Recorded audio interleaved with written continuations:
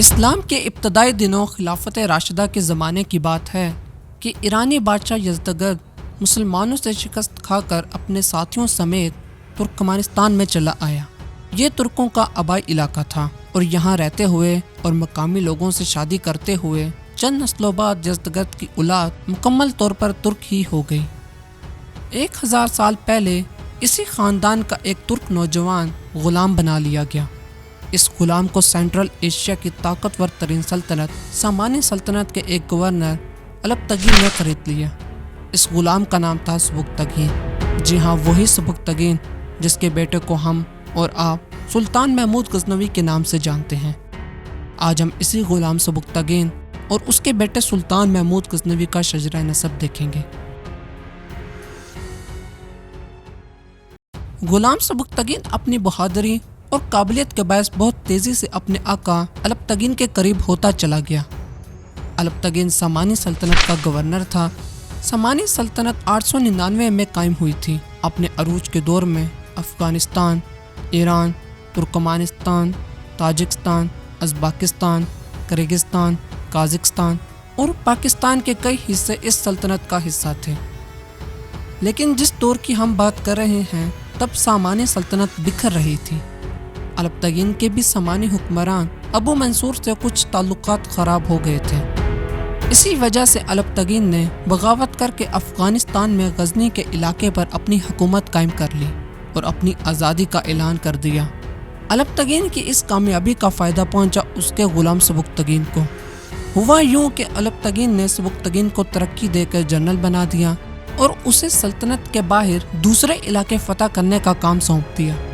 جب الپتگین کا انتقال ہوا تو اس کے 2 ہی برس بعد اس کا بیٹا اور جانشین اسحاق بھی انتقال کر گیا۔ اب غزنوی سلطنت میں افراتفری تھی کہ اسے چلانے کے لیے ایک قابل حکمران کی ضرورت تھی۔ چنانچہ فوج اور درباریوں نے مشاورت سے الپتگین کے داماد سبکتگین کو غزنی کے تخت پر بٹھا دیا۔ جب سبکتگین تخت پر بیٹھا تو اس کا بڑا بیٹا محمود صرف 6 برس کا تھا۔ اسی بچے کو تاریخ محمود غزنوی کے نام سے جانتی ہے۔ سبکتگین نے چھوٹی سی غزنی سلطنت کو سامانی سلطنت کے ماتحت کر دیا تھا اور خود غزنی میں سامانیوں کا گورنر بن گیا تھا۔ اس کی ساری توجہ اپنے بیٹے محمود غزنوی کو جنگی اور سیاسی دونوں قسم کی تربیت دینے پر لگی تھی۔ شاید وہ اپنے بیٹے کو مستقبل کا سلطان بنانے کے لیے تیار کر رہا تھا اور وہ اپنے باپ کے شانہ بشانہ ہر محاذ جنگ پر جانے لگا تھا۔ اور اس کی زندگی کا پہلا بڑا امتحان ہندوستان کے راجہ جے پال سے جنگ میں ہوا۔ سبکتگین نے راجہ جے پال کے سلطنت پر حملہ کر دیا۔ جے پال بھی مقابلے کے لیے نکلا اور لغمان کے علاقوں میں دونوں لشکروں میں زبردست جنگ ہوئی۔ اس جنگ میں محمود غزنوی بہت بہادری سے لڑا اور جے پال کا لشکر بھی ڈٹ کر مقابلہ کرتا رہا۔ راجہ جے پال کے لشکر کو شکست ہوئی اور سبکتگین نے اس فتح کے بعد بھاری تاوان وصول کیا۔ 997 میں شہر بلخ میں سبکتگین کا انتقال ہو گیا۔ مرتے وقت اس نے اپنی سلطنت اپنے بیٹے اسماعیل کے نام کر دی۔ اسماعیل نے تخت پر بیٹھتے ہی اپنے درباریوں میں مال و دولت لٹانا شروع کر دی۔ ادھر محمود غزنوی سبکتگین کی موت کے وقت اس کے پاس نہیں تھا، بلکہ وہ نیشا پور میں سامانی سلطنت کے خلاف ایک بغاوت کو کچل رہا تھا۔ اس نے اپنے بھائی سے حکومت چھیننے کی کوشش بھی نہیں کی، لیکن جب اسے یہ معلوم ہوا کہ اس کا بھائی سلطنت کی دولت دونوں ہاتھوں سے لٹا رہا ہے تو وہ خاموش نہ رہ سکا۔ محمود نے اسماعیل کو ایک پیغام بھیجا اور پیشکش کی کہ اگر اسماعیل باقی سلطنت چھوڑ دے تو محمود اسے بلخ اور خراسان کا حکمران تسلیم کر لے گا، لیکن اسماعیل نے محمود غزنوی کی اس پیشکش کو مسترد کر دیا۔ کچھ عرصے بعد اس نے مایوسی میں ہتھیار ڈال دیے، قلعے اور خزانے کی چابیاں اپنے بھائی محمود غزنوی کو پیش کر دی۔ اب محمود غزنوی نے اسماعیل سے پوچھا، بتاؤ اگر جنگ میں تم جیت جاتے تو مجھ سے کیا سلوک کرتے؟ اسماعیل نے کہا کہ میں تم ایک ایسے قلعے میں قید کر دیتا جہاں عیش و آرام کے تمام سامان موجود ہوتے۔ محمود غزنوی نے بھی ایسا ہی کیا۔ اسماعیل کو مزار شریف کے قریب غزغان کے ایک قلعے میں قید کر دیا گیا، جہاں اسے ہر سہولت میسر تھی، لیکن وہ قید تھا اور یہیں اس کی موت واقع ہوئی۔ محمود غزنوی 30 برس کی عمر میں تخت پر بیٹھا تھا، لیکن اس کی حیثیت بھی اپنے باپ کی طرح سامانی سلطنت کے گورنر ہی کی تھی۔ محمود غزنوی نے سامانی سلطنت سے اپنی وفاداری ظاہر کرنے کے لیے سامانی دارالحکومت بخارا میں اپنا ایک سفیر بھی بھیجا، لیکن وہ زیادہ دیر تک اس کمزور سلطنت کے ماتحت نہ رہ سکا۔ چنانچہ 999 میں اس نے سامانیوں سے آزادی کا اعلان کر دیا۔ سلطان محمود غزنوی نے ہندوستان پر 17 حملے بھی کیے۔ 1019 میں سلطان نے ہندوستان میں اپنے فتوحات کی تفصیلات بغداد کے خلیفہ القادر باللہ کو بھی بھیجی۔ خلیفہ نے شہر کے مسلمانوں کو جمع کر کے ان کے سامنے یہ کارنامے سنائے اور شہر میں خوشی منائی گئی۔ عباسی خلیفہ نے محمود غزنوی کو امین الملت یعنی ملت اسلامیہ کا امانت دار اور یمین الدولہ یعنی ریاست کا سیدھا ہاتھ کے خطابات سے بھی نوازا، جبکہ انعام میں شاہی لباس بھی بھیجا گیا۔ لیکن ان سب سے اہم اور یادگار واقعہ جس کے لیے سلطان محمود غزنوی کو تاریخ نے یاد رکھا ہے، اور وہ واقعہ سومناتھ مندر پر حملے کا واقعہ ہے۔ سلطان محمود غزنوی نے ایک عظیم الشان سلطنت قائم کی تھی، اور اس کی سلطنت ایران سے لے کر کچھ چینی علاقوں تک اور جنوب میں بحیرہ عرب تک پھیلی ہوئی تھی۔ صرف سلطنت ہی نہیں پھیلی تھی بلکہ اس کے پاس خزانوں کے بھی انبار لگ چکے تھے۔ اسے 63 برس کی عمر میں پتھری کا جان لیوا مرض لاحق ہو چکا تھا۔ 29 اپریل 1030 کو 63 برس کی عمر میں محمود غزنوی کا انتقال ہو گیا اور اسے افغان شہر غزنی میں دفن کیا گیا۔ محمود غزنوی نے اپنے وارث مسعود کے ساتھ اپنے تعلقات خراب ہونے کی وجہ سے اپنی رائے تبدیل کی اور محمد کو اپنا جانشین مقرر کیا۔ محمد اور مسعود محمود غزنوی کے دونوں جڑواں بیٹے تھے جو تقریباً 1008 میں پیدا ہوئے تھے۔ محمود غزنوی کی جلد موت کے بعد محمد نے تخت سنبھالا۔ محمد کی تخت نشینی کے وقت ریاست کی زیادہ تر طاقت سابق وزیر اور فوجی افسر اعلیٰ علی ابن ارسلان کے ہاتھ میں تھی۔ محمد نے جلد ہی اپنے چچا یوسف ابن سبکتگین کو فوج کا کمانڈر ان چیف مقرر کیا۔ اگرچہ محمد کے پاس حقیقی طاقت نہیں تھی لیکن اس کی سلطنت میں خوشحالی تھی۔ مسعود نے پھر غزنی کی طرف مارچ کیا جہاں اس نے محمد کو شکست دی اور اسے قید کر دیا اور خود کو غزنی سلطنت کا نیا سلطان مقرر کیا۔ محمد نے صرف چند ماہ تک حکومت کی۔ اب سلطنت کا نیا سلطان اس کا جڑواں بھائی مسعود اول تھا۔ مسعود نے غزنوی سلطنت کے سلطان کے طور پر 10 سال تک حکومت کی۔ مسعود اپنے بھائی محمد سے زیادہ تجربہ کار تھا اور اس نے اپنے والد یعنی سلطان محمود غزنوی کے ساتھ کئی جنگیں بھی لڑی تھیں۔ 1040 میں سلجوکیوں نے خراسان کے شہروں کو فتح کرنا شروع کر دیا تھا، اور جب انہوں نے نیشا پور پر قبضہ کیا تو میکائل کے بیٹے تغرل نے اپنے آپ کو خراسان کا حاکم قرار دیا۔ مسعود خراسان واپس آنے کے بعد چگنیان کو دوبارہ فتح کرنے کی کوشش کی لیکن برتگین کے ہاتھوں شکست کھا گیا۔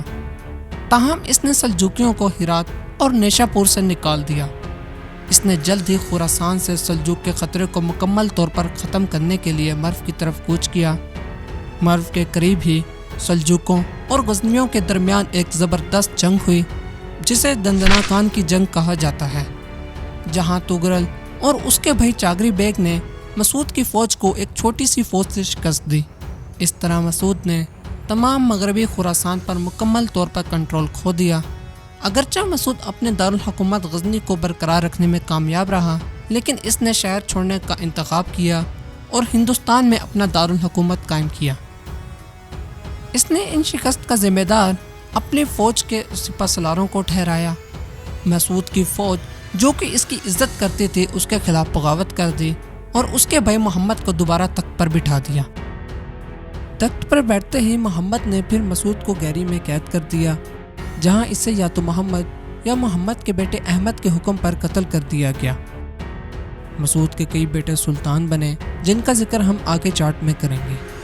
سلطان محمد نے مسعود کے بیٹے مودود کو ترکستان میں ایک پیغام بھیجا جس میں اس نے اس کے والد کے قتل کو انتقام کے طور پر بیان کیا جو مسعود کے سابق جنرلوں کے بیٹوں کی جانب سے کیا گیا تھا۔ مودود نے اپنے والد کے قتل کی خبر سنی تو اپنی فوج کے ساتھ غزنی کی طرف مارچ کیا۔ 1038 میں سلطان مسعود نے اپنے بیٹے مودود کو سلطنت کا جانشین مقرر کر دیا تھا۔ اس کے علاوہ محدود نے اپنے والد کی مہمات میں سلجوکیوں کے خلاف ان کی مدد بھی کی تھی۔ سلطان محمد محدود کی فوج کے حملے کے سامنے شکست کھا کر غزنی کھو بیٹھا۔ محدود نے ذاتی طور پر اس جنگ میں شرکت کی اور اپنے چچا محمد کی فوج کو شکست دی، پھر محمد اور اس کے خاندان کو قتل کر دیا۔ اس نے اپنے چچا سلطان محمد کو سلطنت کے اقتدار سے ہٹایا اور اپنے والد مسعود کے قتل کا بدلہ بھی لیا۔ چنانچہ سلطان محدود کا بھائی مجدود لاہور میں اس کی حکمرانی تسلیم کرنے کو تیار نہیں تھا، لیکن اس کی اچانک موت نے محدود کو غزنی کے مشرقی حصے پر کنٹرول حاصل کرنے کی اجازت دی۔ محدود نے ایک سلطنت وراثت میں پائی تھی جس کا پورا مغربی حصہ سلجوق سلطنت کے ذریعے فتح ہو چکا تھا اور اس کی موجودگی کی بقا کے لیے جنگ کی جا رہی تھی۔ اس کے دور حکومت میں ہندوستانی فتحوں کے مزید حصے اور ریاستیں بھی الگ ہو گئیں۔ محدود کے بعد اس کا بیٹا مسعود ثانی اگلا سلطان بنا۔ مسعود ثانی نے مختصر مدت تک حکمرانی کی۔ اس کے بعد اس کے چچا علی نے 1048 میں حکمرانی کی۔ مسعود کے بیٹے علی نے بھی مختصر مدت تک حکمرانی کی۔ علی کے مختصر دور حکومت کے بعد سلطان محمود غزنوی کے ایک اور بیٹے عبدالرشید نے حکومت سنبھالی۔ تغرل ایک ترک غلام جنرل جس نے سلطان محمود غزنوی کے دور میں اپنی خدمات کا آغاز کیا تھا، سلطان عبدالرشید کے دور میں فوج کے سربراہ کے عہدے پر فائز ہو گیا۔ تغرل نے ایک فوج کی قیادت کی اور 1051 میں ہیپیا کے مقام پر علب ارسلان کے خلاف فتح حاصل کی۔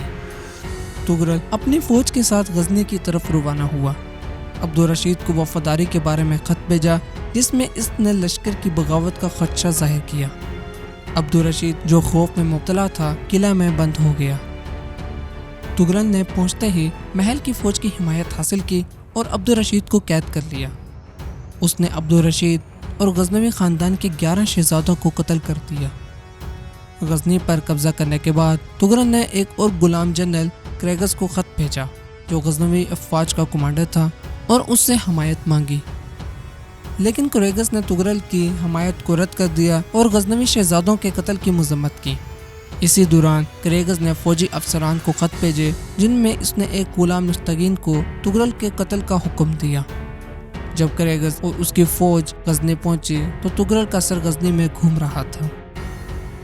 فرق زاد جو ان غزنوی شہزادوں میں سے ایک تھا جو تغرل کے قتل عام کے وقت بچ کر بھاگ گئے تھے اور بارکن کے قلعے میں قید کر دیے گئے تھے۔ تغرل کی موت کے بعد غزنوی سلطنت کا حقیقی اگلا سلطان فروخ زاد بنا۔ جب فروخ زاد نے اقتدار سنبھالا تو اس کے بھائی ابراہیم کو قلعہ نائے میں بھیج دیا گیا۔ فروخ زاد نے ابو الفضل بہیقی کو قید سے آزاد کیا اور یہ وہی دور تھا جب بہیقی نے اپنی کتاب طریق بہیقی لکھی۔ فروخ زاد کی موت کے بعد اس کا بھائی ابراہیم سلطنت کا اگلا سلطان بنا۔ ابراہیم کا دور حکومت غزنوی سلطنت کے لیے سنہری دور سمجھا گیا کیونکہ اس نے عظیم سلجوق سلطنت کے ساتھ معاہدے بھی کیے اور ثقافتی تبادلوں کی بنیاد بھی رکھی۔ ابراہیم نے شہروں اور آباد کاریوں کی دوبارہ تعمیر کی اور غزنوی سلطنت میں سماجی امن اور اقتصادی خوشحالی کی بحالی کے لیے ایک سخت پالیسی نافذ کی جو اس کے بھائی فرخ زاد نے شروع کی تھی۔ ابراہیم کے ایک بیٹے مسعود نے سلجوقی سلطان ملک شاہ کی بیٹی گویر خاتون سے شادی بھی کی تھی تاکہ غزنوی سلطنت اور سلجوقی سلطنت کے درمیان امن قائم کیا جا سکے۔ ہر سال سلطان ابراہیم قرآن کو ہاتھ سے نقل کرتا اور اسے مکہ کے خلیفہ کے پاس بھیجتا۔ ابراہیم 1099 کو وفات پا گئے جس کے ساتھ ہی ان کا 40 سالہ دور حکومت کا خاتمہ ہوا۔ ابراہیم کی وفات کے بعد اس کا بیٹا مسعود اگلا سلطان بنا۔ مسعود اپنے والد کے دور حکومت میں ہندوستان میں گورنر کے طور پر خدمات انجام دے رہا تھا جب اس کا بھائی محمود کسی نامعلوم وجہ سے غیر مقبول ہو گیا اور قلعہ نائے میں قید کر لیا گیا۔ مسعود سوم 16 سال تک سلطان رہے لیکن ان کی زندگی میں کوئی بڑا واقعہ پیش نہیں آیا۔ ان کے دور حکومت میں غزنوی سلطنت اور سلجوقی سلطنت کے درمیان امن قائم تھا۔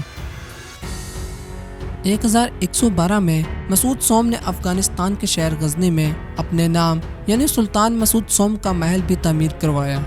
انہوں نے غزنی کے میناروں میں سے ایک مینار بھی تعمیر کروایا۔ تاہم 1115 میں ان کی وفات کے بعد سلطنت میں کمزوری کے آثار نمایاں ہونے لگے۔ ان کے بیٹوں کے درمیان اقتدار کی کشمکش شروع ہو گئی۔ مسعود سوم کے بعد اس کا بیٹا شہرزاد اگلا سلطان بنا۔ شہرزاد اپنے والد کے دور حکومت میں ہندوستان میں وہ 1 سال تک حکمرانی کرتا رہا، یہاں تک کہ اس کے بھائی ارسلان شاہ نے فروری 1116 میں اسے معزول کر دیا۔ تخت پر بیٹھتے ہی ارسلان شاہ نے اپنے باقی بھائیوں کو اندھا کر دیا اور یا قید کروا دیا، سوائے بہرام شاہ کے۔ ارسلان شاہ کے اس رویے پر اس کی والدہ جو سلجوقی شہزادی بھی تھی، گویر خاتون کو شدید غصہ آیا۔ ابتدا میں ارسلان شاہ اور اس کے بھائی بہرام شاہ کے درمیان جنگ بھی ہوئی۔ اس جنگ میں شکست کھانے کے بعد بہرام نے سلجوقی سلطان احمد سنجار سے مدد طلب کی۔ سلطان احمد سنجار نے ارسلان کو اپنے بھائیوں کو آزاد کرنے کا حکم دیا اور اس کی مخالفت پر ایک فوج کے ساتھ مارچ کیا۔ غزنی کے باہر میدان میں ارسلان کو فیصلہ کن شکست ہوئی اور وہ ہندوستان فرار ہو گیا، جہاں اسے ابو حلیم شیبانی خاندان نے پناہ دی۔ تاہم جیسے ہی سلجوقی سلطان احمد سنجار نے اپنی فوج واپس بلائی، ارسلان واپس آیا اور بہرام کو جو اس وقت غزنی پر قابض تھا نکال دیا، جس پر سلطان احمد سنجار کو دوبارہ واپس آنا پڑا۔ یہ جدوجہد ارسلان کا آخری معرکہ ثابت ہوئی اور وہ افغانوں کے درمیان پناہ لینے پر مجبور ہو گیا، لیکن اس کا پیچھا کیا گیا اور اسے قتل کر دیا گیا، جس کے نتیجے میں اس کا بھائی بہرام تخت پر بیٹھا۔ لیکن غزنوی سلطنت ایک عظیم غزنوی سلطنت اب نہیں رہی تھی جو سلطان محمود غزنوی کے دور میں ہوا کرتی تھی، بلکہ اب یہ سلجوقی سلطنت کے ماتحت ہو گئی تھی۔ بہرام نے اپنی آخری زندگی غزنی میں گزاری اور وہیں وفات پائی۔ اس کے بعد اس کا بیٹا خسرو شاہ اس کا جانشین بنا۔ خسرو شاہ بہرام شاہ کا واحد زندہ بچانے والا بیٹا تھا۔ خسرو شاہ کی حکومت کے بعد کے بیشتر حالات معلوم نہیں، لیکن یہ ضرور معلوم ہے کہ وہ 1160 میں وفات پا گیا اور اس کا جانشین اس کا بیٹا خسرو ملک بنا۔ 1161 میں ایک گروہ اوغز ترکوں نے غزنوی دارالحکومت غزنی پر قبضہ کیا، جس کے نتیجے میں خسرو ملک کو لاہور کی طرف فرار ہونا پڑا، جو اس کا نیا دارالحکومت بن گیا۔ وہاں سے اس نے شمالی ہندوستان میں مداخلتیں کی اور اپنی حکمرانی کو جنوبی کشمیر تک پھیلایا۔ اس نے بھارتی کھوکر قبیلے کے ساتھ اتحاد بھی قائم کیا۔ خسرو ملک غزنوی سلطنت کا آخری سلطان تھا۔ 1178 میں غوری حکمران معزز الدین محمد نے غزنوی پنجاب کے جنوبی حصے پر حملہ کیا اور گجرات تک پہنچ گیا۔ 1186 میں لاہور کو غوریوں نے فتح کر لیا، جبکہ خسرو ملک اور اس کا بیٹا بہرام شاہ غور میں قید کر کے بھیج دیے گئے، جس کے بعد غزنوی سلطنت کا مکمل طور پر خاتمہ ہو گیا۔ خسرو ملک اور اس کے بیٹے کو قتل کر دیا گیا، جس سے غزنوی خاندان کا خاتمہ ہو گیا۔ تو ناظرین، یہ تھا سلطان محمود غزنوی کا شجرہ نسب اور غزنوی سلطانوں کا شجرہ نسب۔ ہم اپنے آنے والی ویڈیوز میں اس طرح کے بہت سے شاہی خاندان، جس میں سلجوقی خاندان، غوری خاندان، مغلی خاندان اور عثمانی خاندان کے شجرہ نسب بھی دیکھیں گے۔ تو یاد رکھیں، سبسکرائب کرنا نہ بھولیں، ویڈیو اچھی لگی ہو تو لائک کریں اور شیئر کریں۔ نیچے کمنٹ سیکشن میں اپنی قیمتی رائے کا اظہار ضرور کریں۔ آغا خان کا شجرہ نسب اور شیعہ نظار اسماعیل اماموں کا شجرہ نسب دیکھنے کے لیے اسکرین پر دی گئی ویڈیو پر کلک کریں، اور حضرت محمد صلی اللہ علیہ وسلم کے بعد اسلام کیسے تقسیم ہوا اور اس کی کئی شاخیں کیسے بنے، اس کے بارے میں جاننے کے لیے اسکرین پر دی گئی ویڈیو کو کلک کریں۔ شکریہ۔